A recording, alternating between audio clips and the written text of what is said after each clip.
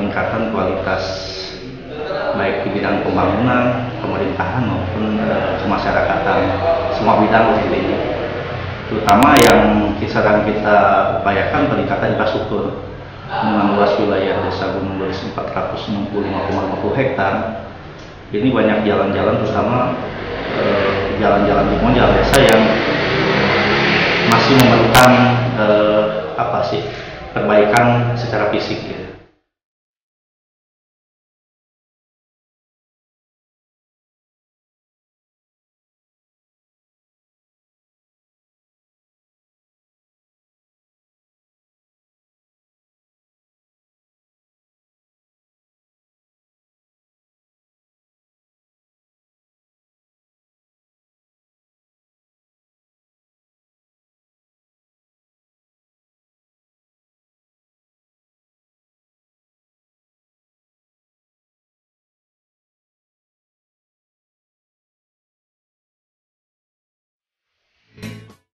Pemirsa, kawasan wisata di wilayah Bogor tidak ada habisnya untuk dieksplorasi. Kini ada kawasan wisata yang menawarkan keindahan suasana kota hujan, yakni Gunung Gelis Rest Area yang berlokasi di Desa Gunung Gelis, Kecamatan Sukaraja, Kabupaten Bogor.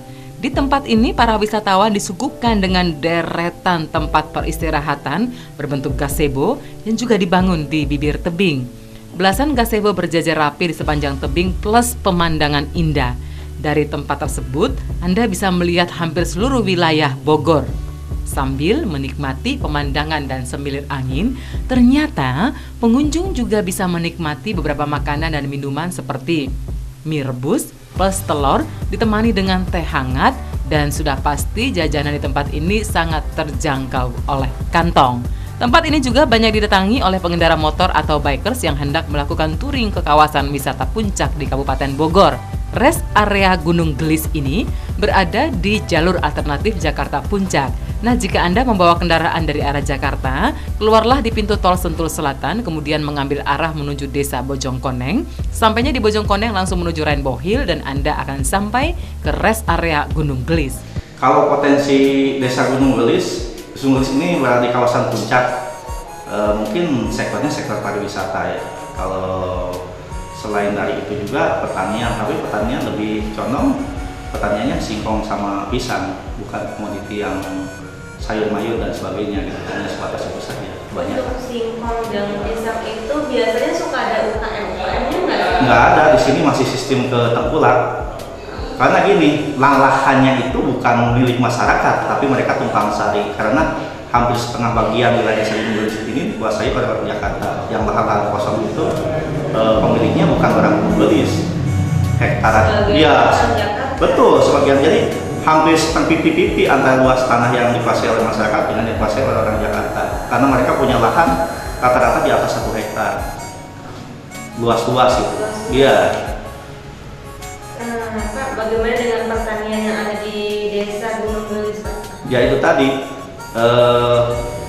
Kebanyakan di sini bukan petani tapi buruh tani atau petani tumpang sari, karena lahannya bukan lahan milik pribadi, karena lahan yang dikuasai rakyat. Jadi mereka berkebun sampai tanah itu digunakan oleh pemiliknya, seperti itu. Kalau misalnya suatu saat semua beralih fungsi menjadi pemukiman, akan kehilangan lahan pertaniannya masyarakat di sini ke depannya. Pak, sedikit saja perkembangan kebun anggrek yang ada di Desa Gunung Gelis ini gimana, seperti apa seperti itu? Ya, bentuk kebun anggreknya semacam greenhouse gitu ya. Jadi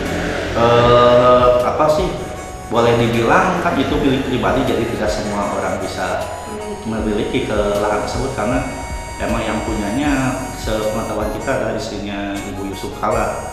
Kebun anggrek itu memang kayaknya komoditinya untuk dijual ya keluar, karena kita juga belum pernah masuk secara langsung, karena kan bukan berada di wilayah Desa Gunung Gelis, hanya akses jalannya saja yang berada di wilayah Desa Gunung Gelis. Tetapi kalau letak tanah dan bangunan serta kebun anggreknya berada di Desa Nagrak, tetangga Desa Gunung Gelis. Itu mungkin gambarannya.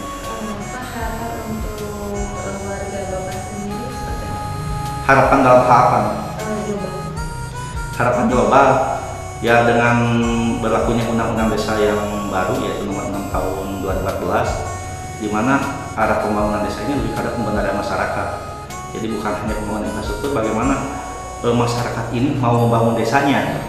Nah itu yang ingin kedepannya, bagaimana masyarakat itu kita berdayakan untuk mau membangun desanya, kan tidak mengharapkan, karena ke depan contohnya dengan adanya ADD, dengan adanya dana desa yang dari pusat, lama tahun kan dana itu emang dari tahun sekarang sampai tahun 2018 katanya akan dikucurkan dan sampai dengan di atas 10 miliar, tapi lambat tahun uang itu pun akan ditarik kembali, karena tujuannya hanya untuk apa, memotivasi masyarakat nantinya mau nggak membangun desanya. Nanti bagaimana masyarakat itu sendiri mau membangun desanya dengan menggali potensi yang ada di desa itu sendiri tanpa mengandalkan bantuan dari luar gitu. Mandirilah, menjadi desa yang mandiri, kan tujuan arah pembangunan sekarang menciptakan desa-desa yang mandiri, tidak tergantung selalu pada bantuan yang sumbernya dari pemerintah, tapi menggali potensi yang ada di lingkungan desa itu sendiri. Itu mungkin ya.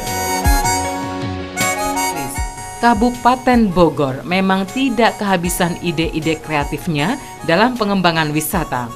Lokasi-lokasi berbahaya di bawah tebing kadang disulap menjadi tempat wisata yang unik. Salah satunya adalah di Desa Gunung Gelis, Kecamatan Sukaraja. Jadi tunggu apa lagi? Segera berkunjung dan buktikan keistimewaan Kabupaten Bogor.